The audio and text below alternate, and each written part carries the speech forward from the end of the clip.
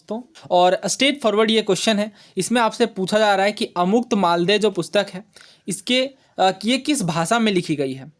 और ऑप्शन है हमारे पास संस्कृत, तमिल, कन्नड़, तेलुगु। तो ये क्वेश्चन इजी क्वेश्चन मैं कहूँगा, बिकॉज ये एनसीईआरटी में डायरेक्टली है और हमने कई बार डिस्कस भी किया है। और अच्छा लगता है जब हमने कोई क्वेश्चन अच्छे से कवर किया है और उस पर बेस्ड क्वेश्चन आता है। तो ये जो बुक है इस पर हम एक बार दोबारा डिस्कस करते हैं और समझते हैं इससे रिलेटेड अदर इम्पोर्टेंट एस्पेक्ट्स को भी। तो अभी हाल ही में मैंने थीम्स एनसीईआरटी की जो पार्ट 2 है उसके सबसे इम्पोर्टेंट चैप्टर विजयनगर एम्पायर को डिस्कस किया था। उस टाइम पे मैंने आपको बताया था कि बॉक्सेस बहुत ज़्यादा इंपॉर्टेंट होते हैं और यहाँ से कृष्णदेव राय के बारे में, जो कि विजयनगर एम्पायर के सबसे ज़्यादा फेमस रूलर हैं। और विजयनगर एम्पायर के अंदर आप बताइए कि ये किस डायनेस्टी से संबंध रखते हैं, कमेंट करके बताइएगा। उनके स्टेट क्राफ्ट पर, स्टेट क्राफ्ट का मतलब होता है वैसी किताब जिसमें एक राजा को अपना शासन किस तरीके से करना चाहिए उन चीज़ों पर डिस्कशन होता है, वो स्टेट क्राफ्ट कहलाता है। ये जो बुक है अमुक्त मालदेय नाम से, ये तेलुगु में लिखी गई थी और ये अपने आप में लैंडमार्क बात है। और इन चीज़ों को आपको अलग से ध्यान रखना होता है, बिकॉज जो रीजनल लैंग्वेज में जो वर्क किए जाते हैं रूलर के द्वारा वो बहुत ज़्यादा इंपॉर्टेंट हो जाते हैं। इसके साथ ही एक और इम्पॉर्टेंट बुक लिखी गई है, यहाँ पे नहीं दी गई है बट वो मैंने आपको वीडियो के टाइम पे भी बताया था, और उस बुक का नाम है जाम्बवती कल्याणम। जाम्बवती कल्याणम, और ये तेलुगु में नहीं बल्कि संस्कृत में लिखी गई है। दोनों के भाषा के बारे में आपको ध्यान रखना होगा, बिकॉज बहुत बार लैंग्वेज बेस्ड क्वेश्चन पूछा गया है। और ये बुक भी लिखी गई है कृष्णदेव राय के द्वारा। अब बात आई है किंग की, तो किंग के द्वारा जो किताबें लिखी जाती हैं वो बहुत ज़्यादा इंपॉर्टेंट हो जाती हैं। और इनमें एक और फेमस रूलर की अगर हम बात करें जो काफ़ी अच्छे राइटर थे, वो है हर्षवर्धन। इनके द्वारा 3 किताबें लिखी गई है, कई बार हमने डिस्कस किया है। पहली है रत्नावली, दूसरा प्रियदर्शिका और तीसरा है नागानंद। ये तीनों किताबें आपको ध्यान रखनी है। तो सही आंसर क्या है यहाँ पे, तो ये डायरेक्ट क्वेश्चन है एनसीईआरटी से। सही आंसर ऑप्शन डी तेलुगु है। नेक्स्ट क्वेश्चन देखिए, जैनिज्म से संबंधित है। तो एंसेंट हिस्ट्री का जब हम डिस्कशन करते हैं तो उस टाइम पे जैनिज्म और बुद्धिज्म सबसे ज़्यादा पढ़ा जाता है और सबसे ज़्यादा वेटेज वाला ये टॉपिक है। तो इस पर हमने सेपरेट डिस्कशन किया है। एक तो मैंने कंप्लीट आपको पढ़ाया और उसके बाद यूपीएससी के जितने भी प्रीवियस ईयर क्वेश्चन है वो भी हमने डिस्कस किया है। तो ये क्वेश्चन भी हमने कवर किया था। इसमें आपसे पूछा जा रहा है नॉट करेक्ट, तो नोट पर आपको ध्यान देना हमेशा, बिकॉज कई बार एग्जाम प्रेशर में नोट अगर ध्यान नहीं रहता तो फिर वहाँ पर काफ़ी ज़्यादा लॉस होता है। पहला ये कहा जा रहा है कि उन मॉन्क्स को कहा जाता है जो वाइट क्लोथेज पहनते हैं। दूसरा ये है कि उन मॉन्क्स को रेफर किया जाता है जो विंध्याज में, यानी विंध्याज के साउथ में माइग्रेट कर गए 4th सेंचुरी BCE में। तीसरा ये है कि ये रिकॉग्नाइज करते हैं कैनोनिकल टेक्स्ट के एग्जिस्टेंस को जिनमें 12 अंग शामिल हैं। और चौथा ये है they believe that women can also attain salvation, यानी वुमेन भी सेल्वेशन प्राप्त कर सकती हैं। ये श्वेतांबर सेक्ट के अंदर इंपॉर्टेंट फीचर देखने को मिलता है। तो अगर हम बात करें श्वेतांबर सेक्ट की, तो ये उन मॉन्क्स को रेफर किया जाता है जो वाइट क्लोथेस पहनते हैं। ये नाम से भी स्पष्ट है, श्वेत प्लस अंबर। अंबर का मतलब एक मतलब वस्त्र भी होता है, तो श्वेत वस्त्रों को धारण करने वाले मॉन्क्स श्वेतांबर कहलाते हैं। पहला बिल्कुल सही है। दूसरा अगर हम देखें तो ये एक इम्पॉर्टेंट फैक्ट है कि 4th सेंचुरी के टाइम पीरियड में, 4th-5th सेंचुरी के BCE के टाइम पीरियड के आसपास नॉर्दर्न इंडिया में एक फेमाइन आता है, जिसके कारण जो कुछ मॉन्क्स साउथ की ओर ट्रेवल कर जाते हैं, बट वो श्वेतांबर नहीं दिगंबर होते हैं। तो इस कारण से ये गलत है और सेकंड हमारा सही आंसर होगा। बाकी का देख लेते हैं। हाँ, ये कैनोनिकल टेक्स्ट के एग्जिस्टेंस को मानते हैं और 12 अंगों में एक काफ़ी फेमस अंग है अंगुत्तर निकाय। माई मिस्टेक, ये जो अंगुत्तर निकाय है ये बुद्धिज्म से एसोसिएटेड है, जिसमें 16 महाजन पद के बारे में डिस्क्रिप्शन है, जबकि जो ये 12 अंग हैं ये जैनिज्म से एसोसिएटेड है और महावीर स्वामी के डिस्कोर्सेज इनमें शामिल हैं। सो एनसीईआरटीज़ में ये टॉपिक दिया गया है। इसके अलावा हमने वीडियोस में भी डिस्कस किया है, तो श्वेतांबर दिगंबर इनके बारे में अच्छे से आप पढ़िए। इसके अलावा और भी कई सारी चीज़ें हैं बुद्धिज्म जैनिज्म से एसोसिएटेड जो प्रीवियस ईयर क्वेश्चन में पूछी गई हैं, वो भी आपको कवर करना है और कंपाइल्ड वे में हमने ये डिस्कस किया है हिस्ट्री प्लेलिस्ट के अंदर। नेक्स्ट क्वेश्चन देखिए, विक्रम खोल केव कहाँ स्थित है ये पूछा गया है। तो इसका सही आंसर ओडिशा है। और ये जो फाइन आर्ट्स वाली बुक है वहाँ भी डायरेक्टली मेंशन नहीं है इस केव के बारे में, हालांकि बहुत सारे अन्य केव के बारे में डिस्कशन है जो कि आपको कवर करना है। बट कई बार ऐसे क्वेश्चन आते हैं आर्ट एंड कल्चर के अंदर फैक्चुअल खास तौर से, जिन्हें आंसर करना काफ़ी डिफिकल्ट होता है। इसका सही आंसर ऑप्शन ए ओडिशा है। ये एक मीजोलिथिक टाइम पीरियड का केव है और ओडिशा में ये झारसुगुड़ा डिस्ट्रिक्ट के अंदर है। नेक्स्ट क्वेश्चन देखिए, लेवेलोइस टेक्निक के बारे में पूछा जा रहा है और दो स्टेटमेंट है हमारे पास। पहला ये कहा जा रहा है कि perforated Harappan pottery, perforated pottery का मतलब होता है जिनमें पोर्स देखने को मिले। वैसे हड़प्पन पॉटरी को बनाने की जो कला है वो लेवेलोइस टेक्निक कहलाती है। दूसरा ये है कि ये प्री हिस्ट्रिक फ्लैग टूल्स बनाने की टेक्निक लेवेलोइस टेक्निक कहलाती थी। और ये है हमारे ऑप्शंस, क्या दोनों सही हैं, ये दोनों गलत हैं, या पहला सही है दूसरा सही है। देखिए, प्री हिस्ट्रिक फ्लैग टूल्स के बारे में आपने पढ़ा होगा कि उस टाइम की हिस्ट्री जो लिखी नहीं गई है, और उस टाइम पे जो टूल्स हैं खास तौर से स्टोन टूल्स वो इस तरीके से धार करके बनाए जाते थे। इवन हमने देखा है कि मीजोलिथिक पीरियड तक आते आते इनका साइज छोटा होता गया और बेहतर ढंग से ज़्यादा बेहतर धार वाले जो टूल्स हैं वो बनाए जाने लगे। और इसके साथ ही जब टाइम पीरियड आगे बढ़ता गया तो हमें माइक्रोलिथ्स देखने को मिलते हैं। माइक्रोलिथ्स का मतलब और छोटे स्टोन के टूल्स। तो ये जो टेक्निक है स्टोन में धार करके इसे एक बेहतर हथियार के रूप में बनाना, ये टेक्निक कहलाती है लेवेलोइस टेक्निक। इसका पॉटरी से संबंध नहीं है बल्कि ये फ्लैग टूल्स की जो मेकिंग है वो कहलाती है। तो इस तरीके से हमारा ऑप्शन भी यहाँ पे करेक्ट है, 2 ओनली। ये क्वेश्चन भी थीम्स एनसीईआरटी न्यू वाली एनसीईआरटी में डायरेक्टली मेंशन नहीं है। अगला सवाल देखिए, ये मॉडर्न हिस्ट्री का है और ये रिलेटिवली इजी क्वेश्चन है। इंडियन इंडिपेंडेंस एक्ट 1947 के बारे में अगेन आपको नॉट करेक्ट ही बताना है। पहला ये कहा जा रहा है कि जो इंडियन इंडिपेंडेंस एक्ट का जो बिल है ये पार्लियामेंट में इंट्रोड्यूस किया गया 7 जुलाई को और रॉयल एसेंट इसे मिला 18 जुलाई 1947 को। दूसरा ये कहा जा रहा है कि जो 1947 का एक्ट है इनमें बेसिक फ्रेमवर्क देखने को मिलते हैं इंडियन कॉन्स्टिट्यूशन के। तो अगर हम बेसिक फ्रेमवर्क या बेसिक स्ट्रक्चर की बात करें तो ये तो काफ़ी बाद में देखने को मिलता है केशवानंद भारती केस में, ये तो गलत है। और अगर हम इस तरीके से भी सोचें कि कहीं ये स्टेटमेंट अगर इंडियन कॉन्स्टिट्यूशन के बेसिक फीचर्स की बात करेगा तो भी ये गलत है, क्योंकि हमें पता है इसके लिए वो कैबिनेट मिशन प्लान के तहत था, ना कि इंडियन इंडिपेंडेंस एक्ट के तहत।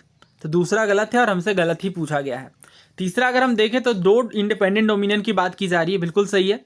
और इंडिया और पाकिस्तान 2 इंडिपेंडेंट डोमिनियन के रूप में ये एक्ट में मेंशन देखने को मिलता है। चौथा ये कहा जा रहा है कि ये जो एक्ट है ये एम्पावर करता है कॉन्स्टिट्यूएंट असेंबली को प्रत्येक डोमिनियन के कि वो फ्रेम कर सके और एडॉप्ट कर सकें अपने अनलिमिटेड पावर वाले कॉन्स्टिट्यूशन को। ये बात भी बिल्कुल सही है। तो ऑप्शन बी यहाँ पे सही आंसर होगा हमारा। नेक्स्ट क्वेश्चन देखिए, पैलियोलिथिक टूल्स के बारे में पूछा जा रहा है और ये बहुत ही डिफिकल्ट क्वेश्चन है। 2 स्टेटमेंट हैं। पहला ये है कि इसामपुर जो है ये एक वेल नोन सेंटर था स्टोन टूल मैन्युफैक्चर का, जो कि गुलबर्गा डिस्ट्रिक्ट कर्नाटक में था और इनमें स्मॉल सीजनल स्ट्रीम भी देखने को मिलती है कामता हल्ला के नाम से। दूसरा ये है कि जो पैलियोलिथिक ब्लेड है ये एक फ्लैग टूल होता है और जिनमें जो लेंथ है ये इनकी विड्थ का ट्वाइस होता है। तो देखिए यहाँ पे दोनों ही स्टेटमेंट सही है और ये बात सही है, ये हुंसगी वैली में था एक्चुअली। और ये स्टोन टूल का मैन्युफैक्चरिंग साइट है, काफ़ी फेमस स्टोन टूल्स यहाँ से बनाए जाते थे। और दूसरा स्टेटमेंट अगर हम देखें पैलियोलिथिक ब्लेड के बारे में तो ये भी सही है। जनरली जो है ये इनके जो विड्थ है इससे ट्वाइस लेंथ में देखने को मिलती थी। नेक्स्ट क्वेश्चन देखिए, अगेन ये साउथ इंडिया की हिस्ट्री से संबंधित है, again a very tough one. और 3 स्टेटमेंट है यहाँ पे। पहला है कातपाइदी सिस्टम जो है न्यूमरल्स का, ये इन्वेंट किया गया वरुरुचि के द्वारा और केरला के, जो कि चंद्र वाक्यास के ऑथर हैं। और ये कैलकुलेट किया जाता था ताकि मून की जो पोजीशन है इसे किसी भी डे में कैलकुलेट किया जा सके। दूसरा ये है अच्युत पिसरती, इन्होंने एक बुक लिखी है उपाग्र क्रियक्रम के नाम से और ये एक्लिप्सेस से संबंधित है।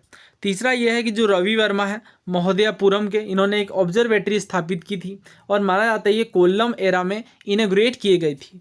अब ये तीनों ही फैक्चुअल स्टेटमेंट है और तीनों ही सही है, बट ये बहुत ही डिफिकल्ट क्वेश्चन होते हैं ऐसे क्वेश्चन आंसर करना, बिकॉज ये किसी भी एनसीईआरटी और डायरेक्ट बुक्स में ये सोर्सेज देखने को नहीं मिलेंगे स्टैंडर्ड सोर्सेज में। नेक्स्ट क्वेश्चन देखिए, साउथ इंडिया की किस डायनेस्टी के द्वारा पहले प्राकृत में और बाद में संस्कृत में डॉक्यूमेंट्स इशू किए गए? इसका आंसर है द पल्लवाज ऑफ तोंडाई मंडलम। और ये भी अगेन बहुत ही टफ क्वेश्चन है। 2-4 सवालों को छोड़ दिया है तो हिस्ट्री के ज़्यादातर क्वेश्चन स्टैंडर्ड सोर्सेज से बाहर हैं और पता नहीं इनके लिए किस तरीके से प्रिपरेशन होगी, बिकॉज जो क्वेश्चंस स्टैंडर्ड सोर्सेज में है उन्हें तो फिर भी रिवीजन के बाद आंसर किया जा सकता है, बट कुछ क्वेश्चंस का आंसर करना बहुत ही डिफिकल्ट है। तो मे बी एग्जामिनर इस माइंडसेट के साथ है कि वो हिस्ट्री में अगर आप 30-40% एक्यूरेसी लेकर के चलें तो वो भी एक काफ़ी अच्छा स्कोर माना जाएगा, बिकॉज स्कोर रोकने के लिए ऐसे क्वेश्चंस हर सब्जेक्ट के अंदर देखने को मिलते हैं। नेक्स्ट क्वेश्चन देखिए, मिहिर भोज की ग्वालियर प्रशस्ति के ऑथर कौन है? तो इसका आंसर है बालादित्य। तो कुछ क्वेश्चंस काफ़ी ज़्यादा फैक्चुअल है, बट कुछ क्वेश्चन ऐसे भी हैं जो एनसीईआरटीज़ में ट्रेसेबल हैं। इस क्वेश्चन को देखिए, हमने हाल ही में डिस्कस किया था। वैष्णव सेंट शंकर देव के बारे में करेक्ट स्टेटमेंट बताने हैं। पहला ये कि जो इनकी जो टीचिंग्स है ये भागवती धर्म के नाम से जानी जाती है। दूसरा ये कि इन्होंने सतराज मोनेस्ट्रीज इनके इस्टेब्लिशमेंट को इनकरेज किया, नाम घर यानी प्रेयर हॉल्स को, ताकि स्पिरिचुअल नॉलेज का ट्रांसमिशन हो सके। तीसरा ये है कि जो इनके मेजर कॉम्पोजिशन है इनमें कीर्तन घोष शामिल है। तो हमने हाल ही में इस चैप्टर को डिस्कस किया था, भक्ति सूफी ट्रेडिशन, और इसमें अगर हम बात करें 15th सेंचुरी के काफ़ी फेमस भक्ति सेंट शंकर देव जी के बारे में, तो ये एक लीडिंग प्रोपोनेंट्स थे, असम से अपना संबंध रखते हैं। ध्यान रखिएगा, बहुत ही ज़्यादा इंपॉर्टेंट है, असम से, और ये वैष्णविज्म के प्रोपोनेंट थे। इनके टीचिंग्स की बात करें तो ये भागवती धर्मा के नाम से जाने जाते हैं, बिकॉज इनकी जो इंस्पिरेशंस हैं ये भागवत गीता और भागवत पुराण है। इसके अलावा नाम कीर्तन की बात देखने को मिलेगी, इन्होंने नाम कीर्तन को एम्फेसाइज किया है, और ये चीज़ें मैंने देखिए हाईलाइट भी कर दी हैं जहाँ से क्वेश्चन बना है, पहले ही हमने हाईलाइट किया था। बिकॉज जो इंपॉर्टेंट फैक्ट्स होते हैं, खास करके जो बुक्स या कोई टेक्स्ट वगैरह हैं, उनसे सवाल बनने के चांसेस ज़्यादा रहते हैं। तो इनके मेजर कॉम्पोजिशन कौन सी है? कीर्तन घोष। तो यहीं से ये क्वेश्चन फ्रेम्ड है, और ये एक तरीके से आप कह लें कि डुएबल क्वेश्चन था एनसीईआरटी से। तो सही आंसर क्या होगा यहाँ पे? अगर आप 1 और 3 को भी सही करते हैं तो देखिए एक भी ऑप्शन नहीं जहाँ 1 और 3 है सिवाय सी के, तो सी हमारा सही आंसर है, और सेकंड भी बिल्कुल सही है, ये भी एनसीईआरटी के अंदर है। अगला सवाल देखिए, अब्दुल रजाक के बारे में पूछा जा रहा है, और मैंने आपको बताया है कि जो ट्रेवलर्स वाला टॉपिक है ये सबसे ज़्यादा इंपॉर्टेंट है, काफ़ी सारे सवाल ट्रेवलर्स से पूछे जाते हैं। तो इसी में ये क्वेश्चन है कि अब्दुल रजाक जो कि पर्सिया के रूलर के एम्बेसडर थे, इन्हें कालीकट भेजा गया 15th सेंचुरी में, और ये ग्रेटली इंप्रेस हुए किस चीज़ से? क्या जो कालीकट में फोर्टिफिकेशंस थी इससे ये काफ़ी ज़्यादा इंप्रेस हुए, क्लाइमेटिक कंडीशन से हुए, या स्पाइसेस की हाई क्वालिटी के कारण, या म्यूजिकल ट्रेडिशंस के कारण? तो अगेन मैंने आपको बताया था कि ये जो एनसीईआरटी का चैप्टर है, थीम्स एनसीईआरटी का, एन इंपीरियल कैपिटल विजन, अगर ये अकेले आपको 2 से 3 सवाल देता है, और कई बार ज़्यादा भी देखने को मिलते हैं, ये एक सवाल तो पक्का ही रहता है। इसी में यहाँ पे देखें अगर हम, तो फोर्टिफिकेशन की बात की जा रही है, और इससे पहले कि हम कुछ डिस्कस करें अब्दुल रजाक के बारे में, हमें डिस्कस करना था कि ये पर्सिया के रूलर के द्वारा एम्बेसडर सेंड किए गए कालीकट में, और ये ग्रेटली इंप्रेस हुए फोर्टिफिकेशंस के कारण, और इन्होंने मेंशन किया है 7 लाइन ऑफ फोर्ट्स के बारे में, कि 7 लाइन की फोर्ट्स देखने को मिलती हैं। ना केवल ये इंसर्कल करते हैं शहर को, बल्कि जो एग्रीकल्चर हिंटरलैंड है, फॉरेस्ट हैं, इन्हें भी इंसर्कल किया जाता है इन फोर्ट्स के द्वारा। तो इस कारण से हमारा डिस्कशन काफ़ी फ्रूटफुल साबित हुआ है, क्योंकि हिस्ट्री के जहाँ ज़्यादातर सवाल कठिन हैं उनमें अगर आप 3, 4, 5 क्वेश्चन भी बिल्कुल सही परफेक्टली आंसर कर रहे हैं तो ये एक अचीवमेंट है। इसका सही आंसर क्या होगा? ऑप्शन ए होगा ऑब्वियसली, फोर्टिफिकेशन ऑफ कालीकट। जैसे ये 35th नंबर से शुरू था, तो ये सवाल एनसीईआरटी से है डेफिनेटली। 36th वाला एनसीईआरटी से है, और नॉर्मल सोर्सेज के अंदर ये आसान सवाल है। ये वाला क्वेश्चन बड़ा टफ था, और यहाँ पे अगर आप देखें तो बक्साली मैन्युस्क्रिप्ट के बारे में पूछा गया था, और ये लाइन बाय लाइन आपको उपिंदर मेमवाली बुक में देखने को मिलेगी। सो जब आप यहाँ पे एस्ट्रोनॉमी एंड मैथमेटिक्स वाला सेक्शन देखेंगे, जिनमें हमारे जो एंशिएंट साइंटिस्ट हैं उनके बारे में डिस्कशन किया गया, आर्यभट्ट के बारे में बताया गया है, और इसके बाद इनके कैलकुलेशंस वगैरह के बारे में, और ये देख सकते हैं आप ancient mathematical and medical manuscript के बारे में बताया गया है कि 1881 में एक फ्रेगमेंटेड मैन्युस्क्रिप्ट मिलती है, जिनमें 70 बर्च बार्क लीव्स होती हैं, यानी पेड़ के जो छाल होते हैं, जो कि तक्षशिला के पास मिलते हैं, और ये बक्साली मैन्युस्क्रिप्ट के नाम से जाने जाते हैं। किस भाषा में लिखी गई? तो गथ लैंग्वेज में लिखी गई, जो कि पुरानी प्राकृत भाषा का ही रिफाइंड वर्जन था, और ये शारदा स्क्रिप्ट में है, और ये 3rd और 4th सेंचुरी के आसपास की लगती है। अब इस मैन्युस्क्रिप्ट में अगर हम देखें तो काफ़ी सारी चीज़ें हैं, स्क्वायर रूट, फ्रैक्शन, आपको याद होगा स्टेटमेंट में डायरेक्टली यहीं से क्वेश्चन फ्रेम किया गया है।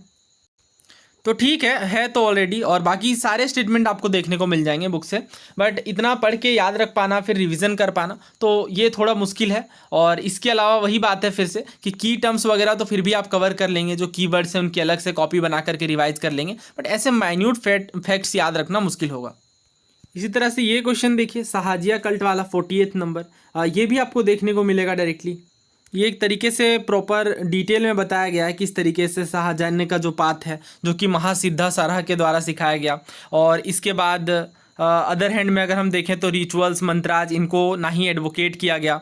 इसके अलावा एम्फेसाइज किया गया इंस्ट्रक्शन बाय गुरु, और ये बताया गया कि लिबरेशन वगैरह के बारे में। इसी तरीके से आगे शाहजिया जो है इन्होंने रिजेक्ट किया ऑब्स्ट्यूज फिलोसॉफी को और डिवोशनल वर्शिप को, और प्राइम इंपॉर्टेंस किस चीज़ पे दिया, सेल्वेशन के अटेनमेंट पर, और ये बंगाल में इन्फ्लुएंशियल थी।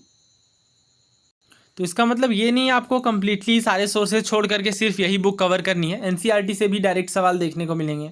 Vaishnavism Saint of Assam Shankar Dev ji के बारे में, अब ये क्वेश्चन डायरेक्ट एनसीईआरटी में है। इस तरीके से और भी सवाल हैं, जैसे ये वाला क्वेश्चन देखिए अब्दुल रजाक वाला, ये डायरेक्ट एनसीईआरटी से है। तो अभी भी 40 to 50% वेटेज जो है वो एनसीईआरटी का ही है।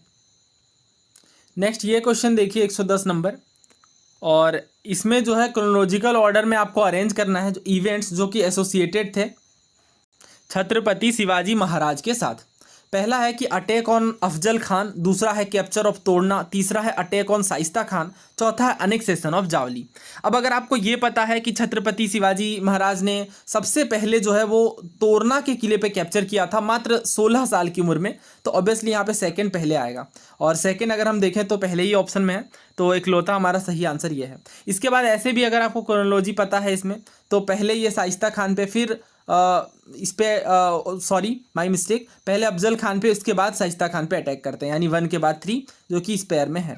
तो सही आंसर ऑप्शन ए है। इसके सोर्स की अगर हम बात करें तो स्पेक्ट्रम वगैरह में ये क्रोनोलॉजी है, बट एनसीईआरटीज में ये चीज़ें डायरेक्टली नहीं देखने को मिलेंगी। नेक्स्ट क्वेश्चन देखिए, मॉडर्न हिस्ट्री का बेहद आसान सवाल है। डायरेक्टली आपसे पूछा गया है कि जो इंडियन स्ट्रगल बुक है इनके ऑथर कौन है। तो देखिए जो द इंडियन स्ट्रगल जो बुक है ये आत्मकथा है, ऑटोबायोग्राफी है, और ये सुभाष चंद्र बोस जी की ऑटोबायोग्राफी है। ऑप्शन बी यहाँ पे करेक्ट है। ये 2 वॉल्यूम में आती है और बहुत ही प्रचलित किताब है ये। अब मॉडर्न हिस्ट्री के प्रिपरेशन में ये एक इम्पॉर्टेंट सेगमेंट होता है कि जो हमारे इम्पॉर्टेंट लीडर्स हैं, जो हमारे फेमस लीडर्स हैं, उनके बुक्स, उनके द्वारा जो प्रकाशित पत्रिकाएं हैं, इनके बारे में आपको बहुत अच्छे से पता होना चाहिए। और इनमें आप स्पेक्ट्रम के अंदर जो अपेंडिक्स हैं लास्ट में उसे फॉलो कर सकते हैं। इसके अलावा किसी भी कंपाइलेशन को आप फॉलो कर सकते हैं जिनमें ये सारी चीज़ें एक साथ दी गई हैं, और ये एक इम्पॉर्टेंट पार्ट है, तो इसे ज़रूर अच्छे से प्रिपेयर कर लें।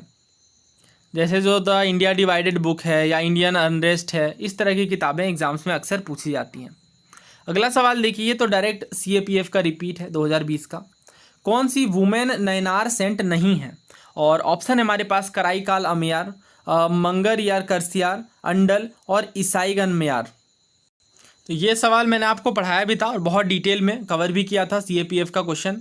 इसमें हमारे पास जो ऑप्शन थे उनमें एक ये था कि अंडल जो है ये एक अलवर है, और ये सही था और हमसे नॉट करेक्ट पूछा गया था।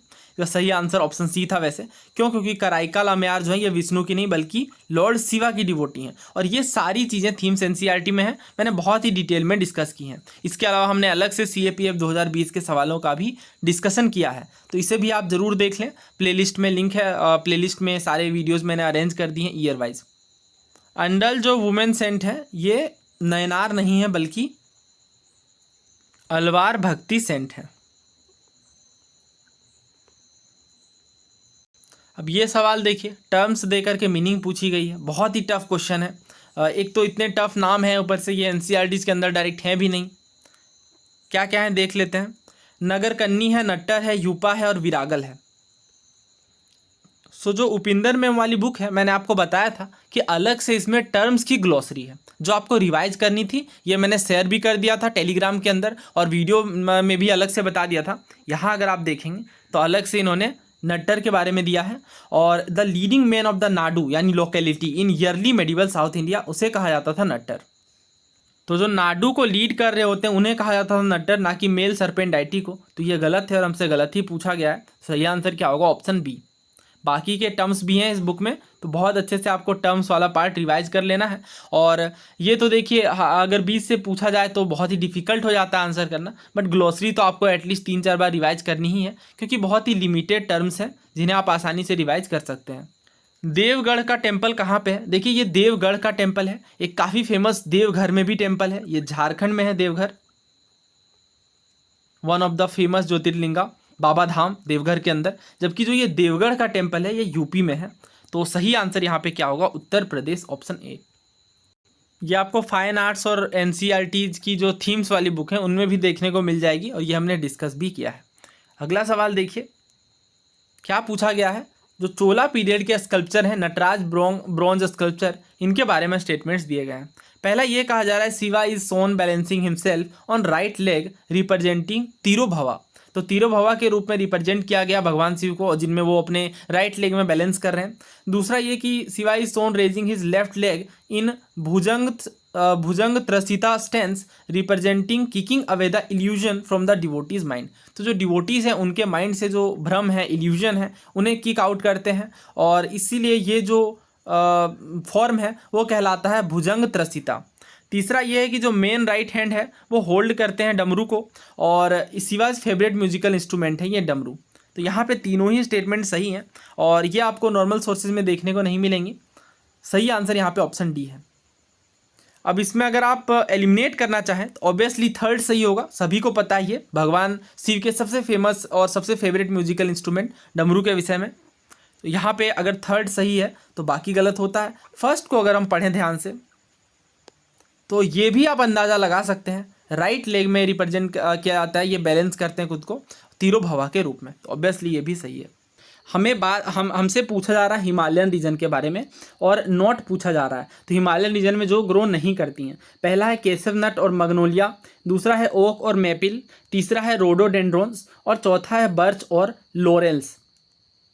11th क्लास की कंप्लीट फिजिकल ज्योग्राफी मैंने पढ़ाई है, और यूट्यूब पे हमारे फ्रीली अवेलेबल है। तो उस टाइम पे मैंने आपको बताया था, बहुत ही डिटेल में हमने डिस्कशन किया था कि जो लाल मिट्टी है, जो रेड सॉइल है, वो केसव नट के लिए बहुत ही फ़ायदेमंद होती है, और जो केसव नट है ये मेनली सदर्न इंडिया में और रेड सॉइल वाले रीजन्स में ग्रो किए जाते हैं, ना कि हिमालयन रीजन में। तो सही आंसर हमारा ऑप्शन ए होगा, और इस क्वेश्चन को ईजी कैटेगरी में हम रख सकते हैं। वैसे इसका सोर्स जो है वो एनसीईआरटी है, उसे भी हम डिस्कस कर लेते हैं।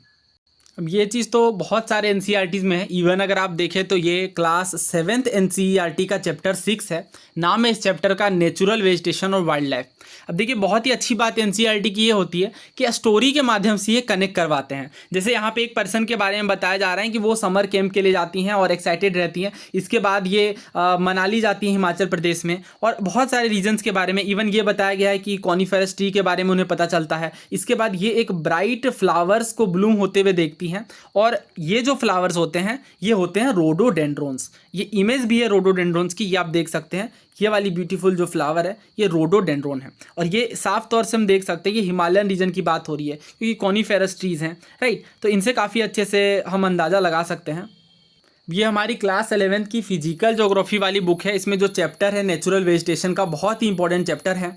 इसमें एक तो सबसे इंपॉर्टेंट बात यह है कि फॉरेस्ट के टाइप्स के बारे में दिया गया है, और हर फॉरेस्ट के कुछ स्पेसिफिक ट्रीज़ होते हैं। जैसे अगर हम ट्रॉपिकल डेसिडुअस फॉरेस्ट की बात करें तो ये देखिए कुछ ट्रीज़ हैं, और आपको याद होगा सिविल सर्विसेज 2023 में भी यहाँ से क्वेश्चन पूछा गया, और बहुत इंपॉर्टेंट है। और मैं आपको रिकमेंड भी करूँगा इवन कि आप इन ट्रीज़ को खुद से नोट्स में इंक्लूड करें, और ताकि लंबे समय तक आपको ये याद रहें, और इमेज भी आप करें गूगल पे। जैसे मैं झारखंड से हूँ तो साल ट्रीज़ ये हमारे आसपास देखने को मिलते हैं, और भी बहुत सारे महुआ के जो ट्रीज़ हैं, और इसी तरीके से और भी जो ट्रीज़ हैं, तो इनसे एक आइडिया मिल जाता है कि हाँ ये डेसिडुअस रीजन में है। अब डेसिडुअस के अंदर ये मोइस्ट वाले हैं या ड्राई वाले हैं, तो ये लंबे समय तक याद रखने में मदद करते हैं। जैसे अगर मोस्ट डेसिडुअस के अंदर हम बात करें तो टीक, साल, शीशम, हुर्रा, महुआ, आंवला, सेमूल, कुसुम, सैंडलवुड, राइट, ये सब ट्रीज आएंगे। जबकि अगर हम ड्राई डेसिडुअस के अंतर्गत देखें, जहाँ पे वर्षा कम होती है, ड्राई डेसिडुअस के अंदर क्या है, केवल 70 से 100 सेंटीमीटर के बीच बारिश होगी।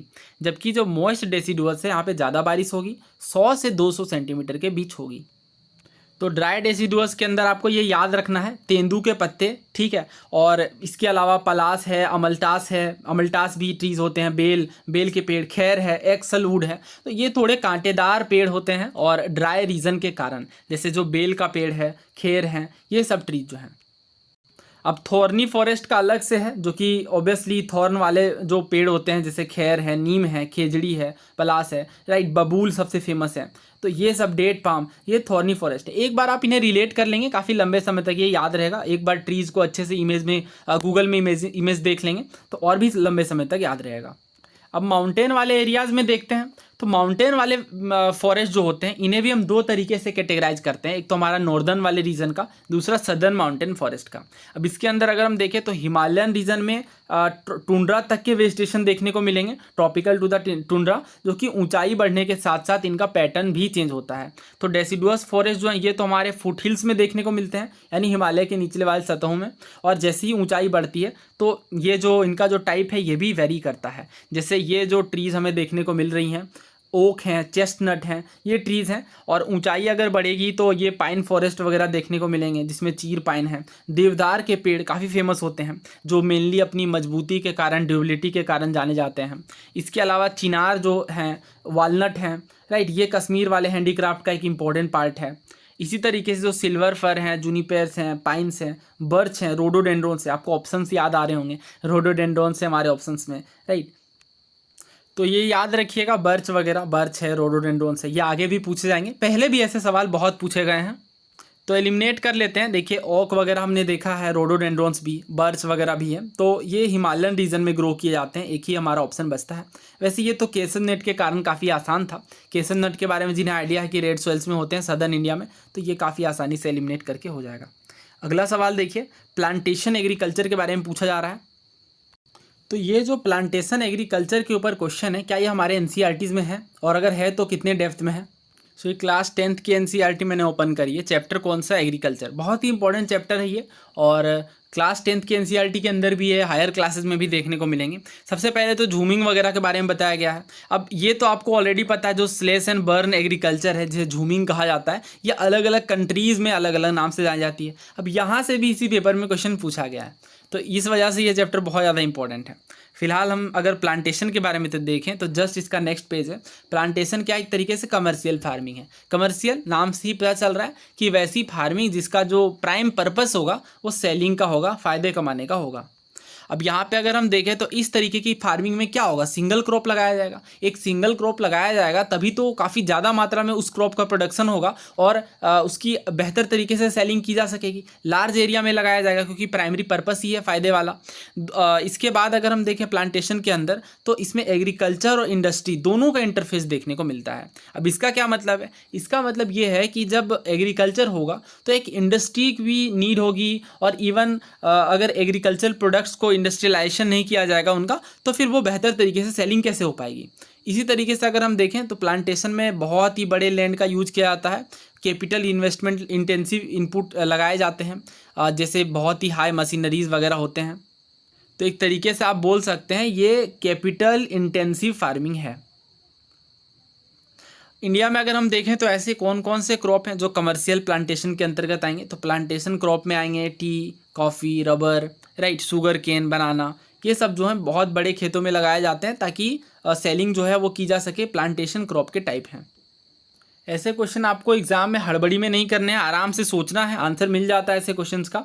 तो क्या इसमें एस्टेट्स की जरूरत पड़ती है, plantation farm estates are scientifically manage, हाँ ये साइंटिफिकली मैनेज होते हैं और इसका रीज़न ही वही है। और इसके अलावा दूसरा अगर हम देखें तो हैवी कैपिटल आउटले की जरूरत पड़ती है। ऑब्वियसली हमने ये देखा कि ये कैपिटल इंटेंसिव क्रॉप है। इसके अलावा देखिए फॉरेन ओनरशिप, लोकल लेबर, दोनों की ही बात है, तो ऑब्वियसली लोकल लेबर की बहुत ही ज़्यादा रिक्वायरमेंट है। फॉरेन ओनरशिप है बिकॉज सेलिंग भी होती है।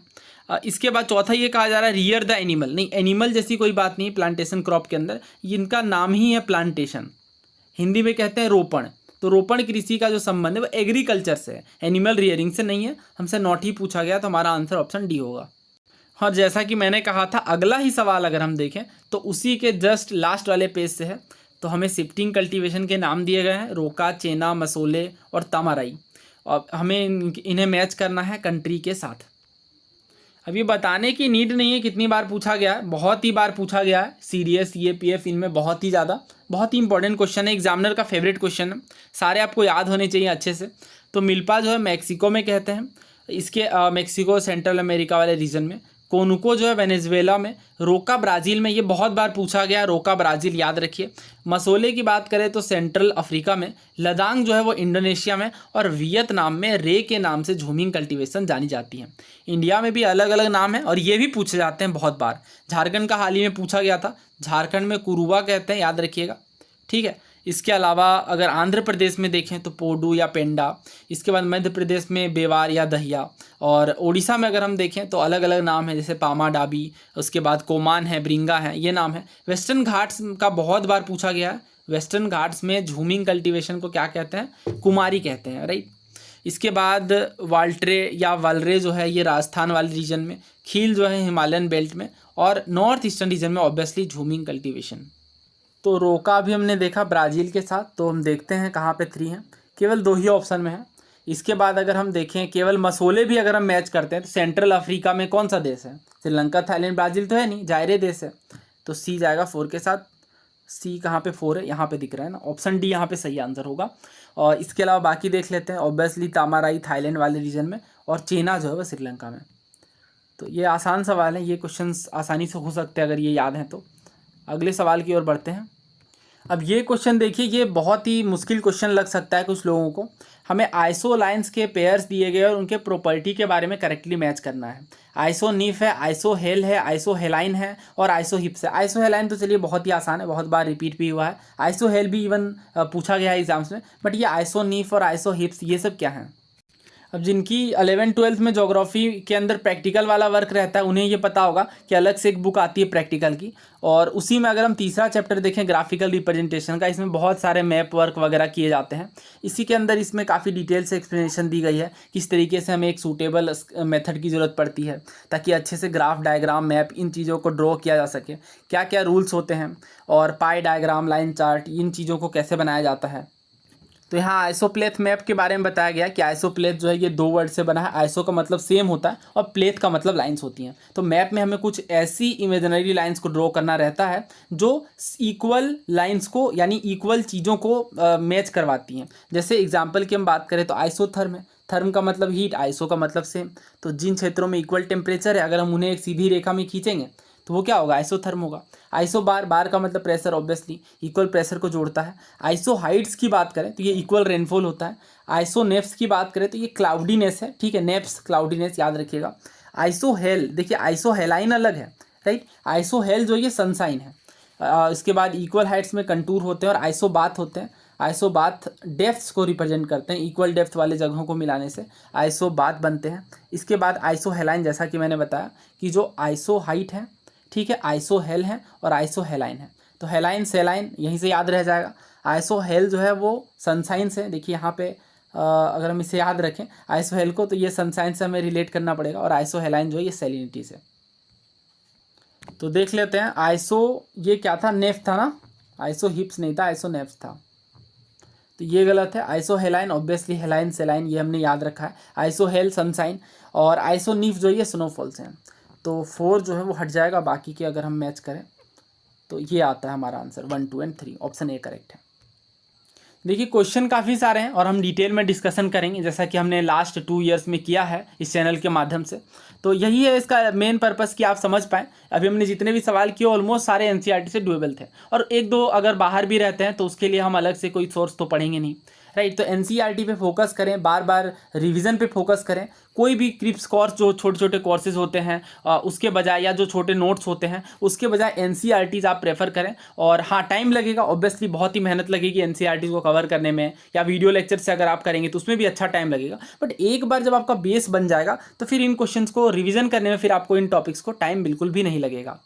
तो मेरे साइड से यही सजेशन रहेगी कि अगर आपने फिजिकल ज्योग्राफी की जो हमारी प्लेलिस्ट है वो नहीं देखा है तो वो देख लें। और इसका रिकमेंड करने का रीज़न भी यही है कि जब हम किसी टॉपिक को पढ़ते हैं तो उसके बारे में हमें साथ में ही प्रीवियस ईयर क्वेश्चन करना है। तो मैंने कंपाइल करके प्रीवियस ईयर क्वेश्चन कराया है। इवन अगर आप बुक खुद से भी सेल्फ रीड करते हैं तो वीडियो के लास्ट पार्ट में जाइए और केवल प्रीवियस ईयर क्वेश्चन की प्रैक्टिस करिए वीडियो पोस्ट करके।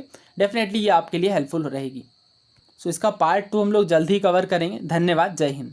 नेक्स्ट क्वेश्चन देखिए फिजिकल ज्योग्राफी का है, और यहाँ पे आपसे क्या पूछा जा रहा है? करेक्ट ऑर्डर पूछा जा रहा है असेंडिंग ऑर्डर में क्लाउड्स का। तो क्लाउड्स जो लोएस्ट हैं उसके बाद फिर अगले नंबर का, और इस तरीके से हाईएस्ट वाले क्लाउड्स तक आपको जाना है, और ये सरफेस से होकर आपको ऊंचाई तक बढ़ना है। क्या क्या है हमारे पास क्लाउड्स में? सर्रोक्यूमुलस है, निम्बो स्टेटस है, सिरस है और एल्टो स्टेटस है। और ये हैं आपके ऑप्शंस 1 2 4 3, 2 4 3 1, 3 2 1 4 या 2 1 4 3। तो दोस्तों ये हमारी क्लास 11th एनसीईआरटी की फिजिकल ज्योग्राफी है और जैसा कि आपको पता है ये सबसे इम्पॉर्टेंट वाली ज्योग्राफी बुक है हमारी एनसीईआरटी के अंदर और यहाँ से काफ़ी सारे क्वेश्चंस भी पूछे जाते हैं। अब इसमें जो चैप्टर है chapter 11 water in the atmosphere, यानी एटमोसफेयर में वाटर का क्या रोल है, इसमें सबसे पहले कुछ तो टर्मिनोलॉजी समझाई गई है, जैसे इवापोरेशन क्या है, कंडेंसेशन क्या है, बहुत ही बेसिक कंसेप्ट हैं। इसके अलावा अगर हम देखें तो क्लाउड्स के बारे में बताया गया है कि क्लाउड्स क्या होते हैं, एक mass of minute water droplets होते हैं या फिर कोई टाइनी क्रिस्टल्स ऑफ आइस हैं जो कि कंडेंसेशन के कारण बने हैं। अब इसी के अंदर अगर हम देखें तो 4 टाइप के क्लाउड्स को ग्रुपिंग की गई है। पहला है सिरस, दूसरा है क्यूमुलस, तीसरा है स्टेटस और चौथा है निम्बस। अब अगर हम देखें सिरस के बारे में तो ये क्या है कि हाई अल्टीट्यूड के क्लाउड्स हैं, यानी बहुत ही ज़्यादा ऊंचाई पे बनते हैं, 8000 से 12000 मीटर की ऊंचाई पे। इसके बाद अगर हम देखें, और ये एक इंपॉर्टेंट बात ध्यान रखिएगा सिरस क्लाउड के बारे में, बहुत बार एग्जाम से पूछा गया है कि ये वाइट कलर में होते हैं हमेशा। तो जो सिरस क्लाउड है इनका कोई दूसरा कलर नहीं होगा, ये हमेशा ही वाइट कलर में होंगे। इसके अलावा अगर हम देखें क्यूमुलस क्लाउड के बारे में तो इनकी हाइट जो है वो सिरस से ऑब्वियसली कम होती है और ये कॉटन वूल के जैसे होते हैं। अब देखिए एक एक पॉइंट यहाँ पे इंपॉर्टेंट है, ये भी पूछा गया है क्वेश्चन कि कॉटन वूल के जैसे कि कौन से क्लाउड्स दिखते हैं, तो क्यूमुलस क्लाउड ये होते हैं और इनकी हाइट हम देख सकते हैं 4000 से 7000 मीटर के बीच। और इसके बाद अगर हम देखें स्टेटस के बारे में तो स्टेटस का देखिए, स्टेटो का मतलब ही होता है, क्या होता है, लेयर होता है। तो ये क्या है कि लेयर्ड क्लाउड है, इनकी परतें होती हैं और ये बहुत स्काई के बहुत ही लार्ज पोर्शन को कवर करते हैं और ये जो क्लाउड है या तो हीट के लॉस के कारण या फिर एयर मासेस की मिक्सिंग के कारण बनते हैं। इसके बाद आती है हमारी निम्बस क्लाउड जो कि ब्लैक या डार्क ग्रे कलर की होती है और ये मिडिल लेवल में होते हैं। तो कुल मिला के अगर हम सारी चीज़ें कंबाइन करें तो देखिए 4 बेसिक टाइप हमें देखने को मिलते हैं। पहला तो ऊंचाई वाले क्लाउड होते हैं। अब इन्हें कैसे याद रखेंगे तो ध्यान से देखिए, इनमें क्या है, CIRR यानी सिर्रो वाला पार्ट आ रहा है, सिरस है, सिरो स्टेटस है, सिरो क्यूमुलस है। तो इस तरीके से आप ध्यान रखिएगा कि अगर सिर्रो वाला पार्ट आएगा तो ये हाई क्लाउड्स होंगे, बहुत ही ऊंचाई वाले बादल होंगे। इसके बाद अगर मिडिल क्लाउड्स की बात करें तो देखिए एल्टो वर्ड आएगा इसमें, ठीक है, तो एल्टो स्टेटस, एल्टो क्यूमुलस ये होते हैं मिडिल क्लाउड। और लो क्लाउड की अगर हम बात करें तो स्टेटो क्यूमुलस है, निम्बो स्टेटस है, ठीक है। तो ऐसे आपको ये ध्यान रखना है। और बहुत ही ज़्यादा जो वर्टिकल क्लाउड होते हैं यानी जो वर्टिकली बहुत बड़े होते हैं, वैसे जो क्लाउड्स हैं ये 2 हैं हमारे, पहला है क्यूमुलस, दूसरा है क्यूमुलो निम्बस। ना आप देखिए तो सबसे हाईएस्ट अगर हम देखें तो कौन सा है, हाईएस्ट सबसे कौन सा है, सिरस अभी हमने देखा, फिर से अगेन ये रिवाइज कर लेते हैं। ये देखिए जो सिरस है वो 8000 से 12000 मीटर पर है। तो सबसे ऊंचाई पे कौन है, सिरस है। तो अगर हम देखें सबसे ऊंचाई पे सिरस है, यानी ये ऑप्शन गया क्योंकि यहीं पे 3 है। अब अगर हम ए और डी में चेक करें तो सबसे निचले स्तर पर कौन है, क्या 1 है या 2 है। 1 में सिर्रो क्यूमुलस, अभी मैंने आपको क्या याद करवाया है कि सिर्रो वाला जो भी पार्ट आएगा वो हाईएस्ट होंगे, तो ये तो होगा नहीं, यानी 1 गया, हमारे पास एक ही ऑप्शन बचा, ऑप्शन डी, ठीक है, 2 4 1 3। और ऐसे भी हमें पता है कि सबसे पहले जो है वो निम्बो स्टेटस आएगा और मिडिल वाले जो बादल होते हैं उसमें एल्टो वर्ड आता है, ठीक है, एल्टो स्टेटस है। और इसके बाद है फिर सिर्रो क्यूमुलस या क्यूमुलस भी कहते हैं, और इसके बाद सबसे जो ऊंचाई पे है वो सिरस होता है। अब ये क्वेश्चन देखिए, क्लाउड्स के बारे में आपको बताना है और 4 स्टेटमेंट्स हैं। पहला ये है कि 2 मेजर जो फॉर्म है क्लाउड के वो स्टैटी फॉर्म और क्यूमुली फॉर्म है। दूसरा स्टेटमेंट ये है कि अल्टीट्यूड के अकॉर्डिंग अगर हम देखें तो क्लाउड्स को हाई क्लाउड, मिडल क्लाउड और लो क्लाउड में क्लासीफाई किया गया है। तीसरा अगर हम देखें तो जो स्टेटस, निम्बो स्टेटस और स्टेटो क्यूमुलस है ये हाई क्लाउड की टाइप है। और चौथा ये है कि क्लाउड्स जिनमें निम्बो अटैच होता है उसका मतलब होता है प्रेसिपिटेशन। अब ध्यान से सोचिए, ठीक है, हाई क्लाउड ये हिंट भी है, यहाँ से आप सोचिए, ऑप्शंस में दिखा देता हूँ, ये वाले ऑप्शंस है हमारे, ये ऑप्शंस है। ऑल्दो इस क्वेश्चन में आंसर मार्क था, फिर भी ट्राई करिए। देखिए क्वेश्चन का आंसर बताना और आंसर के बारे में डिस्कशन करना ये तो खैर अलग बात है, बट जब सोर्स के साथ हम एनालिसिस करते हैं तो आपको लर्निंग भी लेनी है साथ के साथ। इवन मैं तो आपको रिकमेंड करूंगा, अगर आप सीरियस के लिए डेडिकेटली प्रिपेयर कर रहे हैं तो आपके पास एक सीट होनी चाहिए जिसमें आप लिखें कि हाँ क्लाउड के ऊपर 2 क्वेश्चन आए, ताकि आप क्लाउड वाले टॉपिक्स को, और ये हाई यील्डिंग टॉपिक होते हैं, जब एग्जाम पास में आता है और आपको कन्फ्यूजन होती है कि किन टॉपिक्स को ज़्यादा टाइम दें या किन्हें पहले रिवाइज करें या किन चीज़ों को ज़्यादा रिवाइज करने की ज़रूरत है, उस टाइम पे यही टॉपिक्स आपको काम आएंगे। जैसे इस बार देखिए क्लाउड्स पे 2 क्वेश्चन आए हैं और दोनों डुएबल हैं अगर हम पढ़ करके अच्छे से जाते हैं टॉपिक्स को। तो अब ऐसे ही आपके पास काफ़ी सारे टॉपिक तैयार हो जाएंगे जिन्हें आप लास्ट मिनट में रिवाइज कर सकते हैं। फिलहाल देखिए हम इस क्वेश्चन पे आते हैं। तो जैसा कि हमें पता है, हाँ 4 बेसिक टाइप्स हैं और हाई क्लाउड के लिए मैंने आपको बताया इसमें ये जो प्रीफिक्स ऐड रहेगा सर्रो वाला। मिडिल क्लाउड की बात करें तो एल्टो स्टेटस और एल्टो क्यूमुलस है, जबकि जो लो क्लाउड है ये क्या है, स्टेटो क्यूमुलस है और निम्बो स्टेटस है। दोस्तों आगे बढ़ने से पहले ये क्वेश्चन देखिए एनडीए का है, एनडीए 2021 का। रेन बियरिंग क्लाउड के बारे में पूछा जा रहा है। तो क्या ये क्यूमुलस है, स्टेटस है, निम्बस है या सिरस है? देखिए सिरस काफ़ी ऊंचाई वाले क्लाउड हैं और ये रेन बियरिंग नहीं होते हैं, वाइट कलर के होते हैं। और जो निम्बस क्लाउड है ना, ये होती है रेन बियरिंग क्लाउड, ठीक है। और निम्बस अगर आपको दिखे तो आप समझ जाइए इसका अर्थ ही है कि ये रेन बियरिंग है और प्रेसिपिटेशन होता है निम्बस का मतलब। तो यहाँ पे देखिए फोर्थ वाला, क्लाउड जिनमें निम्बस अटैच है वो क्या है, प्रेसिपिटेशन को दिखा रहे हैं। बिल्कुल सही बात है। अगर फोर्थ सही है तो हमारा पहला ऑप्शन आंसर तो नहीं होगा, यानी ए गया। अब अगर हम देखें तो यहाँ पे कहा जा रहा है हाई क्लाउड, और हाई क्लाउड में हमें पता है निम्बो वाला तो आएगा नहीं, ठीक है, क्योंकि हमें पता है उसके साथ क्या आएगा, सिर्रो आएगा। तो सिर्रो प्रेफिक्स तो है ही नहीं दोनों में, यानी थर्ड वाला हमारा गलत है। तो थर्ड को अगर हम एलिमिनेट करें, और फर्स्ट तो हमारा ऑलरेडी एलिमिनेट था, अब केवल हमें फर्स्ट वाला स्टेटमेंट चेक करना है। तो क्या जो मेजर फॉर्म ऑफ क्लाउड है स्टेटी फॉर्म और क्यूमली फॉर्म ऑब्वियसली है, ये हमने अभी देखा है। तो इसका आंसर क्या होगा, ऑप्शन नंबर कौन सा हुआ? अगर 1, 2 एंड 4 आंसर आया तो ऑप्शन नंबर बी सही आंसर है हमारा। तो इस तरीके से जो एनडीए के पीवाईक्यूज़ हैं वो भी आपके सीडीएस में काफ़ी हेल्पफुल रहे हैं। इसके अलावा एनसीईआरटीज़ तो है ही, एनसीईआरटी में तो डायरेक्ट हैं ये लाइंस। इसके अलावा आप देख सकते, इसके अलावा इन्होंने निम्बस के बारे में अलग से बताया है कि ये काफ़ी डेंस होते हैं और ओपेक होते हैं, यानी सन की जो रेज हैं वो इनसे आसानी से पास कर जाती हैं। और इसके अलावा कभी कभी ये क्लाउड्स इतने नीचे होते हैं कि लगता है कि ये ग्राउंड को टच कर रहे हैं, ठीक है। तो निम्बस जो क्लाउड हैं ये शेपलेस मासेज होते हैं, थिक वेपर इनके अंदर होता है, और ये सबसे पास वाले क्लाउड्स हैं। इसका मतलब यही जो है वो प्रेसिपिटेशन के लिए, रेन के लिए रेस्पॉन्सिबल है। जैसे ये वाली इमेज देखिए, ये बिल्कुल लग रहा है कि जो हमारी सतह है उसे ये टच कर रही है, बट ऐसा नहीं है, ऑब्वियसली ये बादल है। देखिए क्लाउड से तो काफ़ी सारे सवाल पूछे गए हैं, बट जब हम इस चैप्टर को कवर करेंगे जो कि बहुत ही जल्दी करने वाले हैं, तो उस टाइम सारे प्रीवियस ईयर क्वेश्चन को कवर कर लेंगे। और एक बार जब आप इन प्रीवियस ईयर क्वेश्चन को कवर कर लेंगे अच्छे से, तो ऐसे क्वेश्चन जैसे अभी 2 पूछे गए, कभी कभी 1 पूछे जाते हैं, मगर ये अक्सर पूछा जाता है, तो ऐसे क्वेश्चन आपके कभी गलत नहीं होंगे। ये क्वेश्चन देखिए, फॉग के बारे में पूछा जा रहा है। 3 स्टेटमेंट है अगेन। फॉग जो है एक सिंपली एक क्लाउड होता है जो कि ग्राउंड के पास बनता है। दूसरा ये कि जो रेडिएशन है, रेडिएशन फॉग, ये रेडिएशन कूलिंग के साथ एसोसिएटेड है। जब नाइट में लैंड कूल कर जाती है तो उस टाइम पे रेडिएशन फॉग बनता है। तीसरा ये कि जो एडवेक्शन फॉग है ये तब फॉर्म होता है जब जो मॉइस्चर है ये ब्लो ओवर होती है कोल्ड सरफेस में और कॉन्टेक्ट में आने के कारण ठंडी होती है। और ये है हमारे स्टेटमेंट्स। लगता है ये वाटर इन द एटमॉस्फेयर वाला चैप्टर कुछ ज़्यादा ही फेवरेट है एग्जामिनर का। ये तीसरा क्वेश्चन है जो हम इस चैप्टर से कवर करने वाले हैं।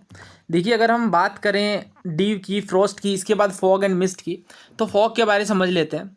जब कोई एयर मास का टेम्परेचर जो है उनमें बहुत सारे लार्ज क्वांटिटी में वाटर वेपर होते हैं, और ये जो टेम्परेचर है ये अचानक से गिर जाता है, तो कंडेंसेशन जो है डस्ट पार्टिकल्स के, फाइन डस्ट पार्टिकल्स के साथ ही होता है। और इस कारण से जो फॉग है उसे हम कह सकते हैं कि एक तरीके का क्लाउड ही है जो कि ग्राउंड के नीचे बन रहा है। तो ये ग्राउंड के पास में बन रहा है। इसके अलावा अगर हम देखें तो जो फॉग और मिस्ट है इसके कारण जो विजिबिलिटी है ये काफ़ी ख़राब हो जाती है, और ये हमने अक्सर देखा है ठंडी के दिनों में जब टेम्परेचर काफ़ी ज़्यादा कम हो जाता है तो उस टाइम पे हमें फॉग देखने को मिलता है। और ये बेसिकली एक तरीके का क्लाउड ही है जो कि ग्राउंड के नियर बनता है। इसके अलावा विजिबिलिटी ऑब्वियसली कम हो जाती है। तो इसका मतलब फर्स्ट तो सही है। अब अगर आपको ये रेडिएशन और एडवेक्शन का मतलब अच्छे से क्लियर है, जो कि मैंने ऑलरेडी फिजिकल ज्योग्राफी में पढ़ाया है, तीनों टर्म्स के बारे में, जो हीट के जो 3 टर्म्स हैं कौन कौन से हैं, रेडिएशन है, एडवेक्शन है और कॉन्वेक्शन है। तो उस टाइम पे जब मैंने आपको काफ़ी अच्छे से ये क्लियर किया था, और इन टर्म्स के बारे में अगर क्लैरिटी है तो ये स्टेटमेंट काफ़ी आसान है। सो हमें पता है कि हीट का ट्रांसफ़र होता है जब 2 सरफेस में टेम्परेचर में डिफरेंस होता है। तो 3 तरीके के ये मेजरली होते हैं, रेडिएशन, कंडक्शन और कन्वेक्शन। बेहद आसान है। देखिए रेडिएशन में क्या होगा, नाम से ही स्पष्ट है कि वेव्स के थ्रू, जैसे अगर सनलाइट है और ये जो सनलाइट है वो किसी ऑब्जेक्ट पर पड़ रही है, तो डेफिनेटली यहाँ पे हीट का ट्रांसफ़र हो रहा है, और ये रेडिएशन के थ्रू हो रहा है, किसी भी तरह का कोई कॉन्टैक्ट नहीं है, और इस तरीके का जो हीट ट्रांसफ़र होगा वो रेडिएशन कहलाएगा। जबकि अगर हम कंडक्शन में देखें तो डायरेक्ट कॉन्टैक्ट के थ्रू ट्रांसफर होगा। जैसे मान लीजिए कोई ऑब्जेक्ट है जो गर्म है, अगर हम उसे टच करें तो हमें भी वो हीट फील होगा, और ये कंडक्शन के कारण हो रहा है कि वो हीट हमारे हाथों में ट्रांसफर हो रही है, बिकॉज हमारे हाथों का टेम्परेचर उस ऑब्जेक्ट से कम है। लेकिन कन्वेक्शन में अगर हम देखें तो ये एयर सर्कुलेशन के कारण हीट ट्रांसफर होगी। एक इमेज से समझते हैं। जैसे ये इमेज देखिए, अब हमें पता है कि यहाँ पे फ्लेम जल रही है, राइट, और ये वाला हिस्सा जो है बर्तन का वो भी कंडक्शन के कारण गर्म हो रहा है। अब ये कैसे हो रहा है, यहाँ से ये चीज़ गर्म हुई और इस तरीके से ये फैल रही है, ट्रांसफर कर रही है। तो ये जो प्रोसेस होगी ये क्या होगा, कंडक्शन होगा, जो कॉन्टैक्ट के कारण होगा। रेडिएशन काफ़ी आसान है, ये रेडिएशन होकर के आसपास की चीज़ें भी गर्म होगी। जबकि अगर हम बात करें किसकी, कन्वेक्शन की, तो कन्वेक्शन से क्या होगा, डायरेक्ट कांटेक्ट वाली बात है। यानी अगर निचला वाला सतह यहाँ पे गर्म हो रहा है तो क्या ऊपर वाला पानी ठंडा रहेगा? ऑब्वियसली नहीं, वो भी धीरे धीरे करके गर्म होगा। तो निचले वाले सतह के कारण डायरेक्ट कांटेक्ट से ऊपर वाला सतह भी गर्म हो रहा है, और ये किस तरह की कहलाएगी, ये कहलाएगी कन्वेक्शनल हीट ट्रांसफर। अब ये जो चैप्टर है ये 11th फिजिकल ज्योग्राफी का ही है। कौन सा चैप्टर है ये देखिए, ये वाला जो चैप्टर है ये चैप्टर 9 है, और ये मैंने आपको पढ़ाया है कंप्लीट यूट्यूब पे इस चैप्टर को, और काफ़ी डिटेल में मैंने इस पर डिस्कशन भी किया था। इसे थोड़ा अगेन हम क्विकली देख लेते हैं। देखिए यहाँ पे इंपॉर्टेंट बात क्या है कि जो हीट का ट्रांसफ़र है ये हॉरिजॉन्टल मूवमेंट के थ्रू भी होता है, और ये जो प्रोसेस है जब हॉरिजॉन्टल एयर जो है वो हॉरिजॉन्टली मूव करेगी, और उस टाइम पे जो हीट ट्रांसफ़र होगा वो क्या होगा, वो होगा एडवेक्शन। अब ये जो वर्टिकल मूवमेंट होता है एयर का, उसके मुकाबले कहीं ज़्यादा इंपॉर्टेंट है हॉरिजॉन्टल मूवमेंट। क्यों? क्योंकि जो मिडिल लैटिट्यूड्स हैं जिनमें जो डे और नाइट है वो ज़्यादातर जो वेरिएशन है ये एडवेक्शन के कारण ही होता है। कैसे होगा? बहुत ही सिंपल सी बात है, किसी जगह पे कम टेम्परेचर है, किसी पे ज़्यादा है, तो डेफिनेटली ये जो हॉरिजॉन्टल मूवमेंट है उनके कारण टेम्परेचर में वेरिएशन आएगा। अगर हम ट्रॉपिकल रीजन्स में देखें, खास करके नॉर्दर्न इंडिया में, तो समर सीजन में हमें पता है कि लू चलती है, लू वाली गर्म हवाएं, और ये जो गर्म हवाएं हैं वो किस तरह की होंगी? ऑब्वियसली ये किस तरह की होंगी, हॉरिजॉन्टल होंगी या वर्टिकल होंगी? हॉरिजॉन्टल होंगी। और ये किस प्रोसेस के कारण हो रहा है? एडवेक्शन प्रोसेस के कारण। तो advection is nothing but the horizontal movement of air. Now एक बार भी इसे दोबारा पढ़िए और इसे समझते हैं। तो ये तो हमने देख लिया था, ये सही है। दूसरा अगर हम देखें, क्या रेडिएशन फॉग बनेगी जब रेडिएटिंग कूलिंग होगी लैंड की? तो ऑब्वियसली बनेगी, क्योंकि हमें पता है रेडिएशन के कारण जब रेडिएटिंग फॉग ही बनेगी।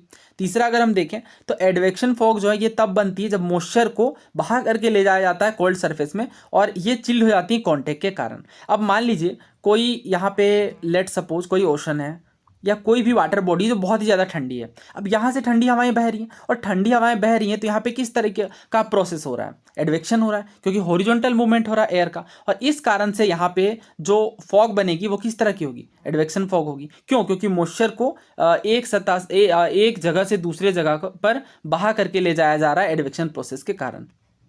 तो ये काफ़ी अच्छा लॉजिकल क्वेश्चन है। अगर आपको क्लैरिटी है तो फिर आंसर कर सकते हैं ऐसे क्वेश्चंस। यहाँ पे आंसर जो है वो ऑप्शन डी है।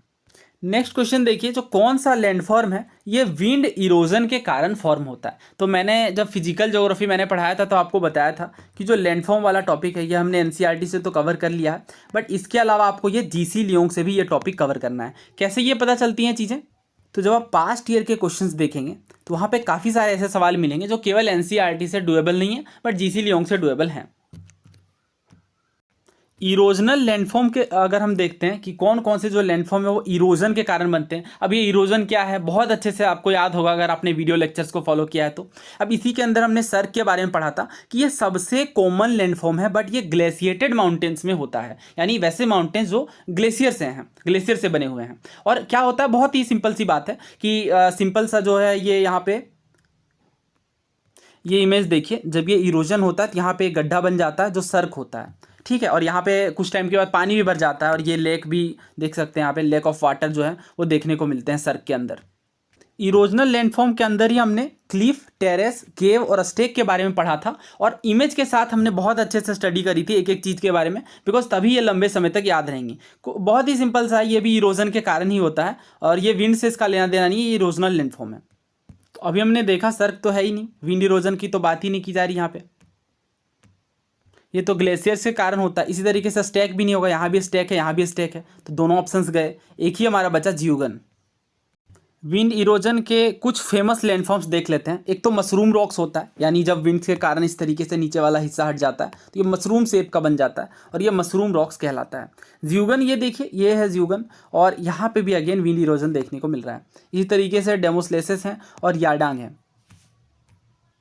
मैं सोच रहा हूँ कि प्रीवियस ईयर क्वेश्चंस जितने भी हैं लैंडफॉर्म्स के वो इकट्ठे एक बार कवर कर लिए जाए। हालांकि कुछ क्वेश्चंस हमने किया है बट स्टिल काफ़ी सारे क्वेश्चन रह गए थे, तो उन्हें कंपाइल करके हम नेक्स्ट वीडियो में कवर कर लेते हैं, क्योंकि ये इंपॉर्टेंट टॉपिक है, अक्सर पूछा जाता है। कौन सी ऐसी फसल है जो ड्राई लैंड फार्मिंग के अंदर कल्टिवेट नहीं की जाती है?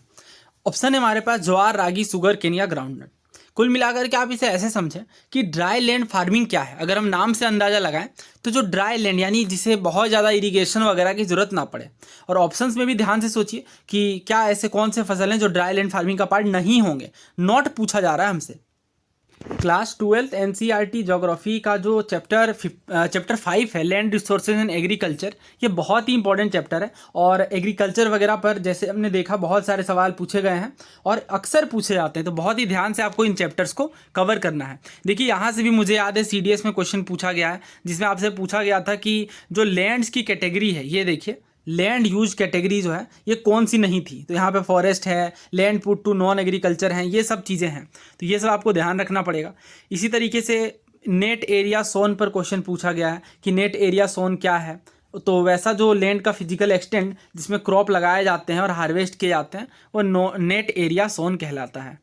उसके बाद अगर हम इम्पॉर्टेंट चीज़ें देखें तो कॉमन प्रॉपर्टी रिसोर्सेज क्या हैं, वेस्टलैंड वगैरह के बारे में देखिए ये रिपोर्ट दिया गया, हालांकि काफ़ी पुराना है बट स्टिल एक आइडिया हमें लगता है कि इसमें ऐसे पूछा जा सकता है क्वेश्चन कि बताइए जो नेट एरिया सोन है उसकी परसेंटेज ज़्यादा है या फिर कल्टिवेबल वेस्टलैंड की परसेंटेज ज़्यादा है। तो ऑब्वियसली ज़्यादातर एरिया में सोन मतलब फसलें लगाई जाती हैं, इसलिए 45% के आसपास पहले था ये लगभग 1960 में। इसके बाद हम देख सकते हैं कि 2008-9 तक ये थोड़ा सा ही बढ़ा है, मतलब वही है एवरेज 45-46% के आसपास। जबकि हम टोटल कल्टीवेटेड लैंड के अकॉर्डिंग अगर हम देखें तो वो कितना है असल में 77-78% के आसपास है। देखिए मॉइस्चर के अकॉर्डिंग अगर हम फार्मिंग देखें तो क्या है, एक तो इरिगेटेड है जिसमें हम सिंचाई करते हैं, दूसरा रेनफेड यानी जो वर्षा के पानी से ही जो फसल हो जाती है। अब इसी के अकॉर्डिंग हम अगेन ड्राई लैंड और वेटलैंड में क्लासीफाई कर सकते हैं फार्मिंग को। ड्राई लैंड क्या है, नाम से ही स्पष्ट है कि वैसे एरिया में जब खेती होती है जहाँ पे 75 सेंटीमीटर से भी कम एनुअल रेनफॉल होती है, यानी वार्षिक वर्षा जो है 75 सेंटीमीटर से भी कम हो, वो ड्राई लैंड फार्मिंग वाले क्षेत्र कहलाते हैं। अब खुद ही आइडिया लगाइए कि जिन क्षेत्रों में कम बारिश होती है वहाँ कौन कौन सी फसलें होती हैं। रागी है, बाजरा है, ये राजस्थान वाले एरियाज़ में भी बहुत सारे होते हैं रागी बाजरा वगैरह। इसके बाद मूंग है, ग्राम है, और फॉडर क्रॉप के अंदर एक गुआर होता है। ये सब जो है ये हमारे क्या है, ड्राई लैंड फार्मिंग के पार्ट हैं। जबकि अगर हम वेटलैंड फार्मिंग की बात करें तो रेनफॉल बहुत ही ज़्यादा मात्रा में ज़रूरत पड़ती है, और अगर बारिश ना हो प्रॉपर तो ये फसलें सही तरीके से नहीं हो पाएंगी, या यूँ कह लें कि जो क्रॉप का प्रोडक्शन होना रहेगा वो नहीं हो पाएगा। तो इसमें क्या क्या है, देखिए राइस, हमें पता है कि जो धान के खेत होते हैं उनमें काफ़ी जो पानी है वो बहुत अच्छी मात्रा में होनी चाहिए। अगर बारिश की कमी होगी तो राइस की फसल अच्छे से नहीं होगी। इवन घुटने तक पानी होता है धान के खेतों में, और ये जब भी बारिश का टाइम होता है तभी फसलें लगाई जाती हैं, यही इसके पीछे का रीज़न है। इसके बाद अगर हम जूट की बात करें तो ध्यान रखिएगा जूट भी रेन इंटेंसिव क्रॉप है, या इरीगेशन की बहुत ही ज़्यादा रिक्वायरमेंट होती है। शुगर केन सबको पता है, ये भी जो है वो बारिश या यूँ कह लें कि वाटर इंटेंसिव क्रॉप है, और ये सब चीज़ें हैं। इसके अलावा अगर हम ड्राई लैंड का एक बार फिर से रिवीजन करें तो रागी, बाजरा, मूंग, ग्राम, ये सब चीज़ें जो है वो ड्राई लैंड फार्मिंग का पार्ट हैं। अब वीडियो पॉज करिए और इस क्वेश्चन का आंसर सोचिए कि हमने क्या पढ़ा है। ज्वार है, रागी है, शुगर केन या ग्राउंड। हमने साफ तौर से देखा है कि ये वेटलैंड फार्मिंग के अंतर्गत आता है शुगर केन। ज्वार, रागी हम एलिमिनेट कर सकते हैं। ग्राउंड नट के बारे में फिर से देख लेते हैं। दोस्तों अगर हम ग्राउंड नट के बारे में पढ़ेंगे, इसी चैप्टर में हर एक फसल पर काफ़ी अच्छे से काफ़ी डिटेल में डिस्कशन किया गया है। जैसे अगर हम राइस का ही देखें तो इवन ओस, अमन, बोरो, इन चीज़ों के बारे में भी बताया गया है, किस तरीके से अलग अलग जो सीज़न होते हैं जिसमें राइस की क्रॉपिंग होती है, और ये सब बहुत बार एग्जाम्स में पूछा गया है। तो इस चैप्टर को बहुत ही ध्यान से आपको पढ़ना है। ग्राउंड नट की बात करें तो इंडिया में अगर हम देखें 18% जो है टोटल वर्ल्ड के ग्राउंड नट प्रोडक्शन का इंडिया में होता है 18.8%, और ये एक रेन फेड खरीफ क्रॉप है ड्राई लैंड की। तो ये किस तरीके की क्रॉप है, ड्राई लैंड वाली क्रॉप है ना। लेकिन हमसे ऑप्शन में नॉट अ ड्राई लैंड पूछा गया था, इसलिए हमने शुगर केन को मार्क किया है। और ये कब कल्टीवेट की जाती है? राबी के सीज़न में सदर्न इंडिया में लगाई जाती है, जबकि नॉर्दर्न इंडिया में जनरली खरीफ में ही ये फसलें ग्राउंड नट वाली लगाई जाती हैं। सबसे ज़्यादा कहाँ पे ग्राउंड नट का प्रोडक्शन होता है, किस स्टेट में, ये आप कमेंट करके बताइए। सो उम्मीद है आपको कंप्लीट क्लैरिटी मिल गई होगी। अब एक सवाल है आपके लिए, ज्वार और रागी बताइएगा रबी फसल है या खरीफ फसल है? हमने कई बार डिस्कशन किया है, एक अलग से वीडियो भी है जिसमें मैंने आपको ट्रिक बताई है कि रबी और खरीफ फसलों को कैसे याद रखना है। नेक्स्ट क्वेश्चन देखिए 67 नंबर का है, किस तरह का सेटलमेंट लेक के चारों ओर डेवलप होता है? लीनियर, क्रॉस शेप्ड, सर्कुलर या स्क्वायर? अब इसे अगर हम जनरल अंडरस्टैंडिंग से भी समझे तो एक लेक जो है वो जनरली सर्कुलर होती है। ऑब्वियसली ये कंप्लीट सर्कुलर नहीं होगी, बट जनरली सर्कुलर होती है, और इसके चारों ओर का जो सेटलमेंट है वो भी सर्कुलर ही देखने को मिलता है। स्क्वायर, लीनियर इस तरीके का कोई शेप नहीं होगा, क्योंकि हमें पता है कि अगर कोई सर्कुलर चीज़ है तो उसके चारों ओर सेटलमेंट भी सर्कुलर टाइप की ही होगी ऑलमोस्ट। ये हमारी ह्यूमन ज्योग्राफी एनसीईआरटी और ये भी बहुत ही ज़्यादा इंपॉर्टेंट है, चैप्टर 10 है क्लास 12 एनसीईआरटी ह्यूमन ज्योग्राफी का, और ह्यूमन सेटलमेंट के बारे में डिस्कशन किया गया है। यहाँ पे से भी बहुत सारे सवाल निकल करके आते हैं, जैसे पहले माइग्रेशन वगैरह के बारे में बहुत बार पूछा गया है, डिस्पर्स सेटलमेंट। हालांकि ये बहुत ही अंडरस्टैंडिंग वाला चैप्टर है, आप समझ लेंगे कि डिस्पर्स सेटलमेंट क्या है, तो नाम से ही आप याद रख सकते हैं इन चीज़ों को। इसके अलावा और भी हैं, जैसे न्यूक्लिएटेड सेटलमेंट्स क्या हैं, वाटर सप्लाई वगैरह के बारे में बताया गया है। और इसके बाद प्लांट सेटलमेंट, ऑब्वियसली ये तो नाम से ही स्पष्ट हो रहा है। और इसी में अगर हम देखें आगे तो बहुत सारे यहाँ पे पैटर्न बताए गए हैं, जैसे लीनियर पैटर्न है, क्रॉस शेप पैटर्न है, स्टार लाइक पैटर्न है, अलग अलग पैटर्न होते हैं। इसी में अगर हम सर्कुलर पैटर्न की बात करें तो सर्कुलर विलेजेस जो हैं वो लेक्स के अराउंड डेवलप होते हैं, और यही हमारा क्वेश्चन था। तो ये डायरेक्ट एनसीईआरटी से है। इसके बाद हम और थोड़ा समझ लेते हैं, इन फ्यूचर अगर क्वेश्चन बना कि बताइए स्टार लाइक पैटर्न के किन जगहों पर ये डेवलप होते हैं, तो ये हमें थोड़ा आइडिया रहे। इसके बाद अगर हम देखें कि जो लेक हैं, टैंक हैं, इवन जो विलेज है, ये भी इस तरीके से कई बार प्लान किए जाते हैं कि जो विलेज का सेंट्रल पार्ट होता है वो ओपन होता है, और इसका इस्तेमाल जो है वो एनिमल्स को रखने के लिए, वाइल्ड एनिमल्स को प्रोटेक्ट करने के लिए किया जाता है। ये है सर्कुलर पैटर्न। इसके बाद अगर हम स्टार लाइक पैटर्न की बात करें तो जब बहुत सारे जो रोड्स हैं ये कन्वर्ज कर जाते हैं तो स्टार शेप की सेटलमेंट बनती है। इसे ये फिगर से देखिए, ये वाला देखिए, यहाँ पे इतने सारे रोड्स जब कन्वर्ज कर जा रहे हैं, अब यहाँ पे सेटलमेंट है, यहाँ पे लोगों के घर हैं, तो ये किस तरीके का पैटर्न बनेगा, ये किस तरीके का सेटलमेंट है, तो देख के ही पता चल रहा है ये स्टार के जैसा सेटलमेंट है, स्टार लाइक पैटर्न है। और भी कई तरीके के पैटर्न होते हैं दोस्तों, वो भी देख लेते हैं। जैसे लीनियर पैटर्न की अगर हम बात करें तो देखिए, अगर कोई रोड वगैरह है, इसके साइड में जो सेटलमेंट है, घर वगैरह जो है, ये किस तरीके के पैटर्न को दिखा रहे हैं, लीनियर पैटर्न को। या इवन जो रिवर है या रेलवे लाइन है, केनाल एज है, जो भी लीनियर शेप की चीज़ें हैं, अगर उनके चारों ओर नहीं, दोनों ओर जो पैटर्न डेवलप होगा वो कौन सा होगा, लीनियर पैटर्न। रेक्टेंगुलर पैटर्न की बात करें तो वैसे पैटर्न रूरल सेटलमेंट के अंदर ही, जो कि प्लेन एरियाज या जो माउंटेन वैलीज होती हैं उनमें देखने को मिलते हैं। ये रोड्स रेक्टेंगुलर होते हैं और एक दूसरे को राइट एंगल पे कट करते हैं। तो अब इसका आंसर करिए, क्या है इसका answer? Option C. Next question देखिए, और ये दिखने में बहुत ही आसान है बट थोड़ा ट्रिकी क्वेश्चन है, ध्यान से इसे समझिएगा। रिसोर्सेज को क्लासीफाई करते हैं ओरिजिन के बेसिस पे। ओरिजिन की बात की जा रही है, किस तरीके से हम क्लासीफाई करते हैं? क्या ये बायोटिक, एबायोटिक होते हैं, रिन्यूएबल, नॉन रिन्यूएबल होते हैं, इंडिविजुअल और कम्युनिटी होते हैं, चौथा पोटेंशियल रिजर्व। देखिए सारे ही रिसोर्सेज के क्लासिफिकेशन है, लेकिन जब हम ओरिजिन के अकॉर्डिंग देखेंगे कि किस तरीके से इनका निर्माण हुआ, तो ये क्या आएंगे? ये आएंगे बायोटिक और एबायोटिक, यानी किन फैक्टर से रिसोर्सेज बने। अगर बायोटिक फैक्टर से बने होंगे तो वो बायोटिक रिसोर्सेज कहलाएंगे। सो जो हमारी क्लास 10th की एनसीईआरटी है उसमें जो पहला चैप्टर है रिसोर्सेज एंड डेवलपमेंट, ये जब हम देखते हैं, ये देखिए ये पहला चैप्टर है, इसमें क्लासीफाई किया गया है किस तरीके से जो इंटरडिपेंडेंट रिलेशनशिप है नेचर के बीच, टेक्नोलॉजी के बीच और इंस्टीट्यूशन के बीच। यहाँ पे ध्यान से देखिए, रिसोर्स की क्लासिफिकेशन की बात की गई है। जैसे मैंने बताया बहुत सारे बेसिस हैं। अगर ओरिजिन के बेसिस पे हम बात करें तो दो तरीके से हैं, बायोटिक और एबायोटिक। अगर एग्जॉस्टिबिलिटी पर बात करें कि कौन से रिसोर्सेज खत्म होंगे, कौन से नहीं होंगे, तो वो है रिन्यूएबल और नॉन रिन्यूएबल। इनके बारे में हमें पता है, रिन्यूएबल और नॉन रिन्यूएबल। इसके बाद अगर हम ओनरशिप के आधार पर देखें तो इंडिविजुअल, कम्युनिटी, नेशनल, इंटरनेशनल, यानी किन पे ऑनरशिप किन की है रिसोर्सेज पे, उस तरीके से जब हम क्लासीफाई करेंगे तो वो हो जाएगा on the basis of ownership. अगर स्टेटस और डेवलपमेंट की बात करें तो पोटेंशियल है, डेवलप्ड स्टॉक है, रिजर्व है। तो ये इस क्लासिफिकेशन को ध्यान रखिए।